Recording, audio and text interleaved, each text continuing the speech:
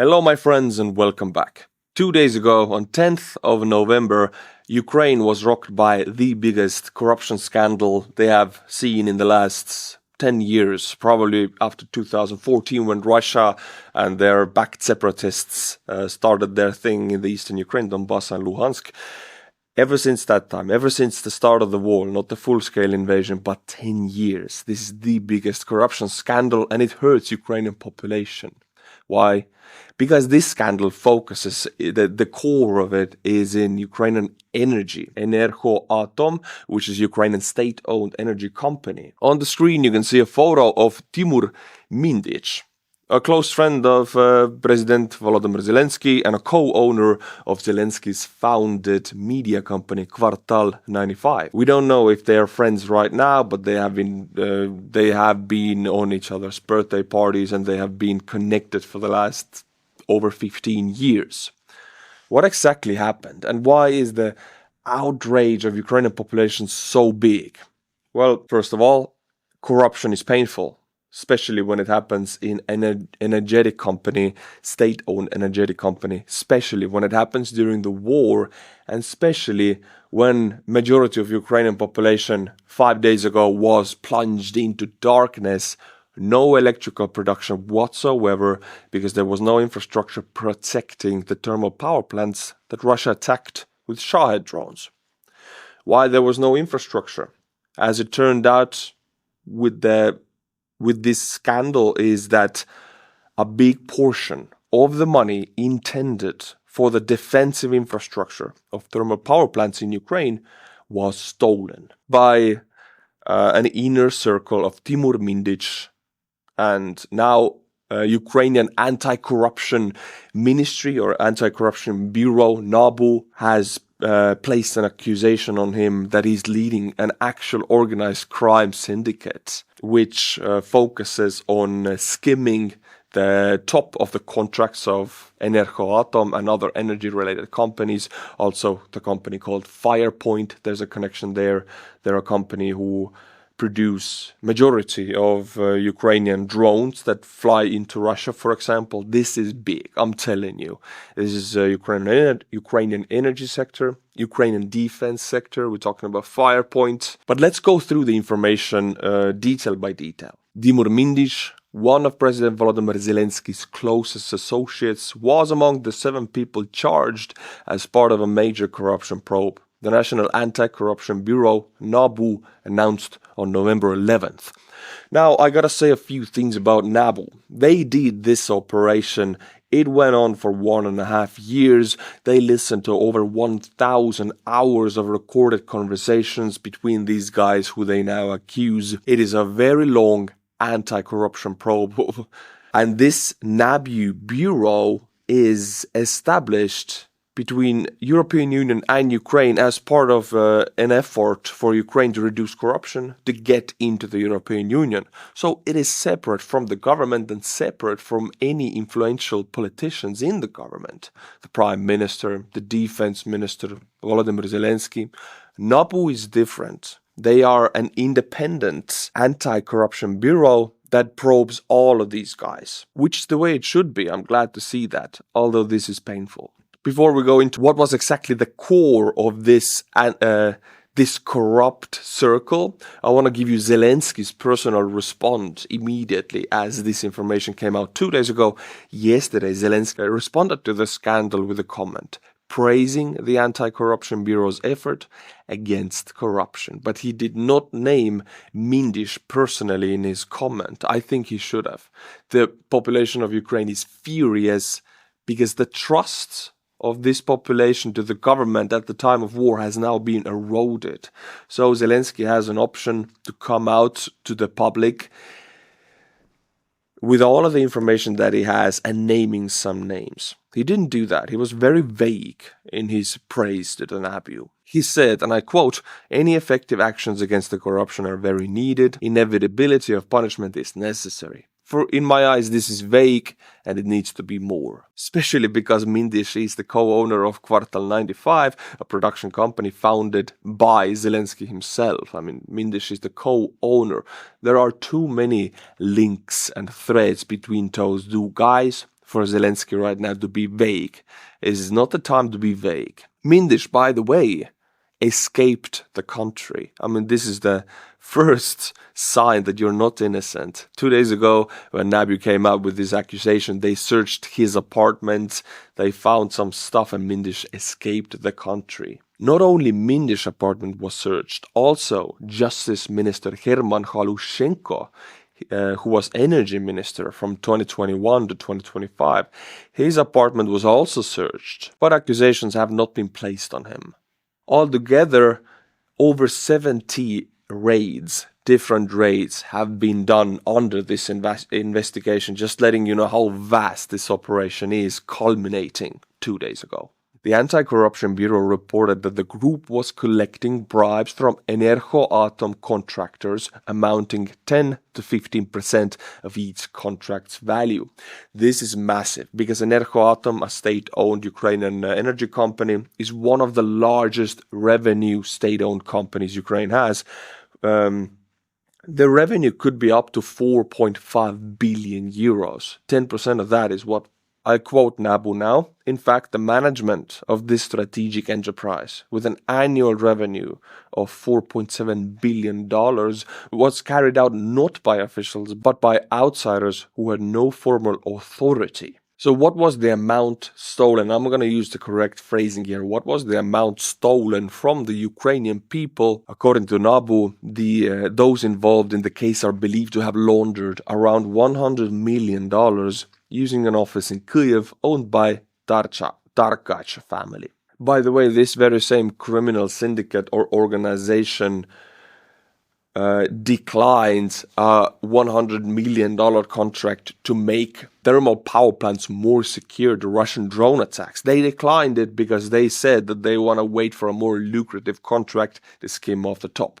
So these power plants were hit about a week ago, plunging Ukraine into darkness. And their security, the contract making that security, was declined. So people are furious because they now live in darkness and cold. In some areas still, electricity is not back. They have kids who cannot get warm food and cannot sleep in the warm. They have to sleep in the cold because these guys were skimming off the top and not securing the power plants. It goes directly to the people's lives in Ukraine, day-to-day lives. This is not some vague, far-out political drama. This is directly Ukrainian people suffering, electrical blackouts, no heating in big cities. This ties into that as directly as possible. I don't know if you remember, but in July 2025, there were massive protests in Ukraine. Perhaps you didn't understand what were they about. Well, they tie into this corruption scandal because, according to the Kyiv independent sources in law enforcement, the investigation into Mindish was allegedly on one of the factors that led to an attempt by authorities to eliminate the Anti-Corruption Bureau's independence back in July. So the authorities, including Zelensky, who gave his signature to a document that would eliminate Nabu's independence from the government, they tried to do that.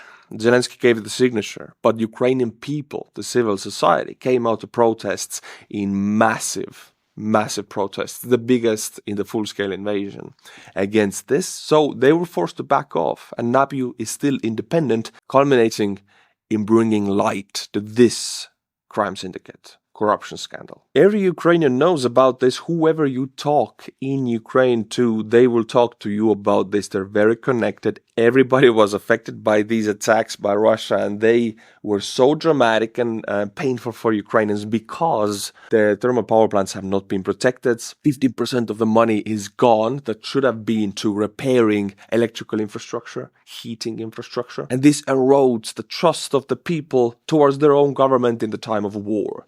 So this is painful to talk about. We need to talk about this because this is the only way forward to shed light upon these things. New information is coming out daily, so I definitely will keep you posted in the next video about it. Right now, you know all of the information. I will go through it one more time.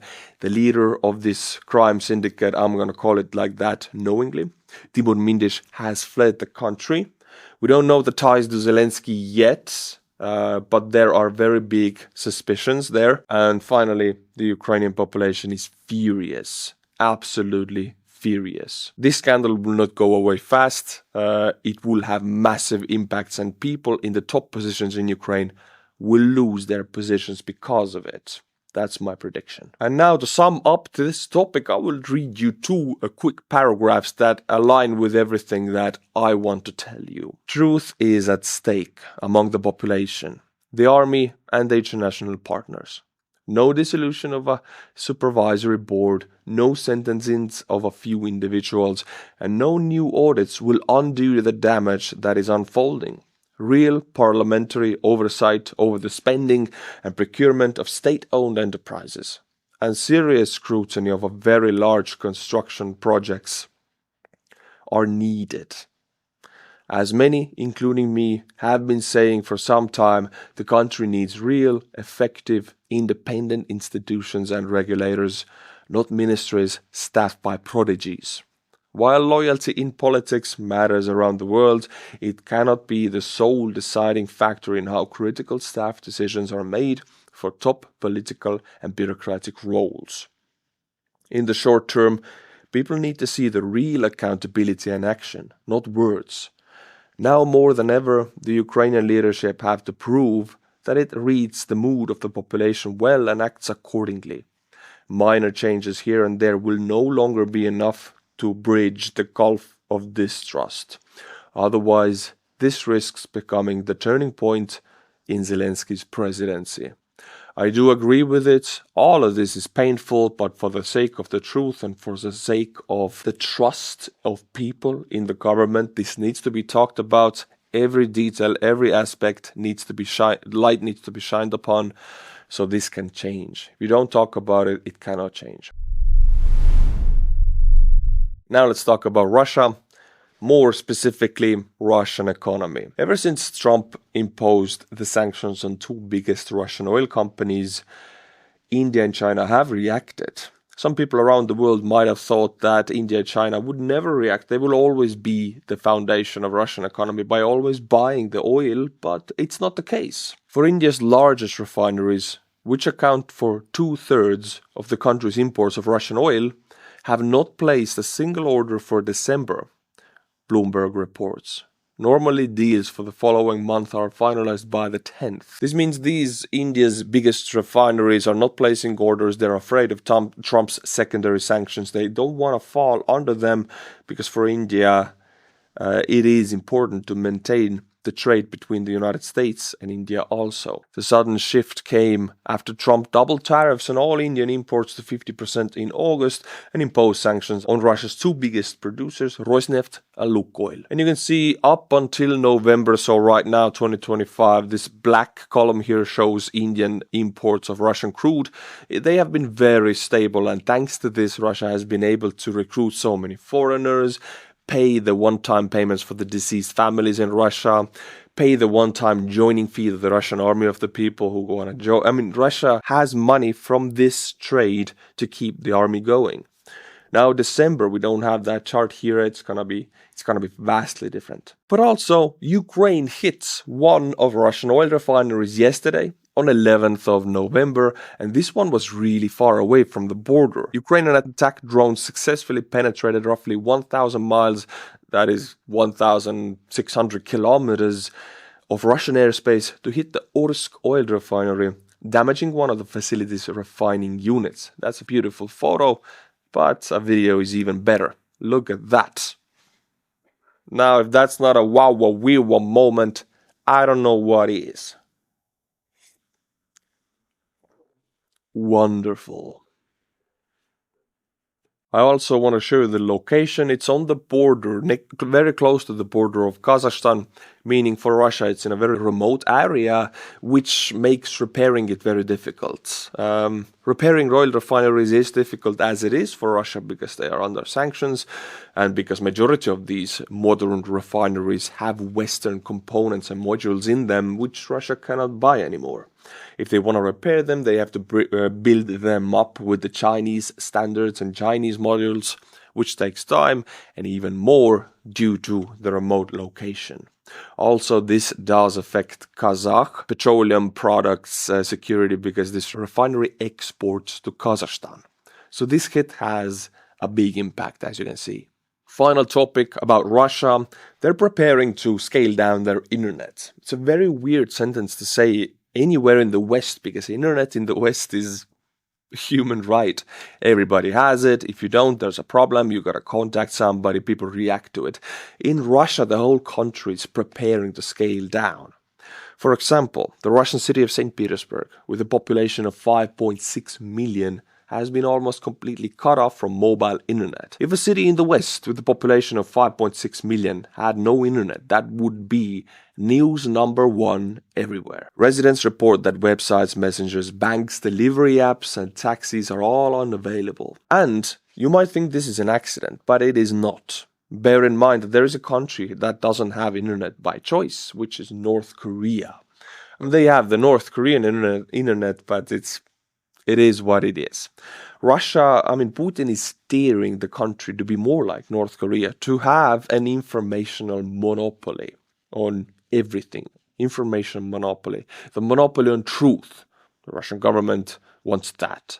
So they have to cut off the internet, because in internet you can even use a VPN and get information from the West. The Russians are being prepared for the internet to be shut down. For example, mobile internet was already shut down in Ulyanovsk today and will not return until the end of the war. So in entire oblasts, in some areas in that oblast, internet is down, and the government is saying that we will not fix that. It's not a thing you can have fixed. You cannot call anybody. This is by choice like that. And it will not return forever until the war ends. This gives people less channels to get their information from, and in the end they only get it from state-controlled channels like TV or state-controlled internet websites, which is monopoly on truth, which allows Russian government to manipulate their population even further, to send them into meat assaults if necessary. That is not all. Russians face a 24-hour internet blackout after returning from abroad. Upon returning to Russia, citizens are being cut off from most websites and social media platforms for 24 hours, with access only to the FSB-controlled messenger MOX and few government-approved services. This is a new directive by the government. So if you come from abroad, you gotta go into the black box, no internet, nothing. You need to be verified to be able to restore the full access. My friends, today is a difficult video for me to make, but for the sake of truth, as I mentioned, I'm making it. And there are people who support this. I'm glad about it. I feel like I'm not alone. These are Buy Me a Coffee monthly members, and I want to read some of their messages and butcher some of their names to give them credit and gratitude. Did you ever have the time to butcher my name? Göran Per Erik Vasbak. Well, I didn't have the time, but I took the time now, my friend. Consider your name to be butchered. Please butcher my name, Tkavaram, with your Estonian pronunciation. Tkavaram, you have been butchered. Have fun pronouncing my name, James Jan Emerson. James, this is how we would write James probably in Estonian, James Jan Emerson. Well, consider your name to be butchered to the heavens. Hi, here is for another month. Keep up the great work. I will. I have a request. When you mangle my pseudonym, can you read out 95 in Estonian? Thanks. King of Smut. 95. 95 is 95 in Estonian. Try to say that. 95. Butchering, that should be too easy, but give it a try. Thank you for everything. If the unfortunate happens, I hope I'm with you on the field. This one wrote in Kirillitsa. Aaron Stone Rock insurgo eternum. Aaron Stone Rock insurgo or insurgo eternum. Well, I did it. Consider your name to be butchered. I'm surprising my wife with you pronouncing her title. Supreme Overlord Marie I know the meaning of life. It's to serve her. Life is easier if you are a minion. Here's to Supreme Overlord Marie. For the sake of truth, consider your name to be butchered. If you like what I do, if you want to support my work, buy me a coffee, link is in the description below.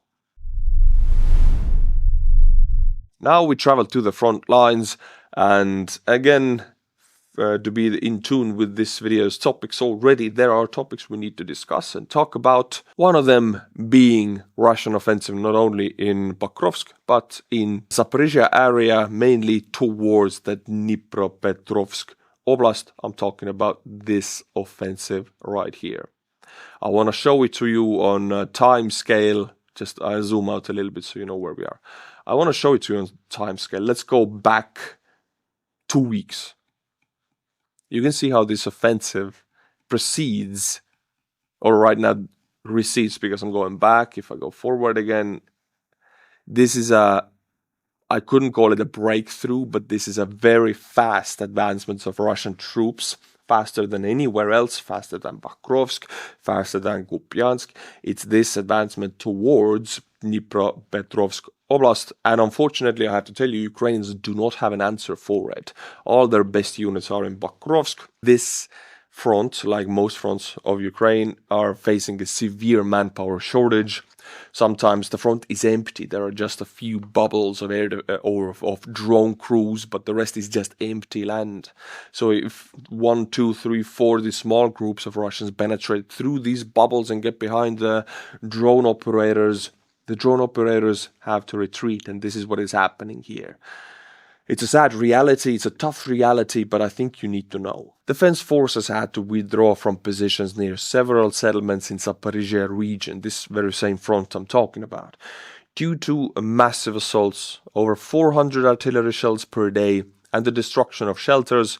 Our military had to withdraw from the areas of Novo-Uspenivske, Novi Okhtonishi, Uspenivka, and Nova-Mikhailivka, said spokesman for the Defense Forces of South, Vladislav Voloshin. Meanwhile, fierce battles continue near Rivnopilia, Solotke, and Yablukove. Also, the Ukrainian Chief of Staff of the Armed Forces, Syrsky, commented on this, and I quote him, "The situation has significantly worsened in the Alexandrivske and Huliapilia directions." This is the same direction we're talking about, where the enemy, taking advantage of the numerical superiority in forces and means, in the course of fierce battles, advanced forward and captured 3 settlements. According to him, the Ukrainian defenders are waging exhausting battles in Rivnopilia and Yablukove. So he confirms this information. There were mentions of 400 artillery shells per day usage of Russian army. Ukraine uses 10 to 15 times less. But where does Russia get these artillery shells? They're not able to make that many. About 70% of ammunition currently used by Russia in its war against Ukraine has been made in North Korea. I hate to say this, but it seems like Russia has more fanatical allies, more efficient allies. NATO recently surpassed, all of NATO combined, surpassed Russia in the production of artillery shells yearly. But we don't supply them to Ukraine by hundreds of thousands. That's what North Korea does to Russia, though. They make hundreds of thousands of artillery shells per year and they supply them to Russia. We should do the same, starting from yesterday. This is my message. We don't. So if you're a voter, democratic system, you're a voter in a Western country, vote for politicians who aim for the increased military support of Ukraine, especially artillery shells and drones. Now let's also go to Pokrovsk. Everybody's talking about Pokrovsk, and this video surfaced November 11th, yesterday, of Russians entering Pokrovsk in mass. Let's look at the video first. These are Russian columns. You can see the Bukhanka vehicle, the loaf truck. Bikes, motorbikes, of course. Soviet jeeps, I love these ones. This is a Russian drone on the ground, ambush drone. that has not been activated since it's the Russian troops here. And on foot also. They're able to advance like that in such mass without being destroyed because of the fog. You can see the fog. In fog it's very difficult to direct artillery fire, it's very difficult to direct drones. I mean, the recon drone is up in the air and directs the FPVs. It cannot do that because of the fog. Russia immediately used this to funnel hundreds of troops into Pokrovsk. Right now in Pokrovsk there's about 300 to 500 Russian troops. You might also think, it's not that much, 300. We're talking about tens of thousands who surround the area. But as I mentioned before, the situation of Pokrovsk is very peculiar. There's not much manpower present in the city of both sides. Majority of casualties happen through drones that are controlled from outside of the city, sometimes 10 kilometers outside of the city. In the city physically present are only hundreds of troops. There are more civilians right now in Pokrovsk than there are troops, both sides combined. This is a crazy fact. This city, this battle is not like Bakhmut, where street-to-street fighting went on among thousands on both sides. We're talking hundreds on both sides, but thousands of drones up in the air. It's a different battle. The Pokrovsk front lines, there's no front line. It's so fluid that houses change control between the two armies many times a day. Many areas change control many times a day. Those who do make it into Pokrovsk, I mean, Ukraine released a video one day later about this massive convoy advancing in the fog. When the fog subsided, Ukrainian drones hunted down a huge portion of these troops, but not all. What happens to the rest of the troops? Well, they hide, like this one here. The ones who do make it, the fog subsides, drones hunt them, but about 100 go, about 70 is eliminated, those 30, I'm throwing away numbers here, but those 30 hide. They wait for the next 30 and the next 30 until there's more troops than Ukrainian troops. And they are being hunted by Ukrainian drones, but so are Ukrainian troops being hunted by Russian drones. And in the end, the Russian contingent in Pokrovsk is enlarged and enlarged every day by a few troops or a few tens of troops. And it is 300 to 500 troops right now, and this is enough to take that city and to control that city. Because Ukraine has a lot less manpower present than that. Ukrainian military and analysts are sounding the alarm due to the intensification of fighting in Pokrovsk and the neighboring Mirnogorod. The advance of Russian units into these cities threatens to turn them into a springboard of a new offensive. Experts note that critically low density of Ukrainian forces. The average calculation is only 4 to 7 infantrymen per kilometer of the front. If you think about that, that is nothing per kilometer. The front line is empty. Even if I'm talking about the front lines are fluid in Pokrovsk, even in other areas, the front lines are empty in some areas, only governed by drones. There's not enough manpower. Also, the problem of desertions in the Ukrainian army has worsened. In October, the prosecutor's office recorded about 20,000 desertion cases. Also, I want to give you an overview of the Russian tactics because they have changed their tactics in the past year.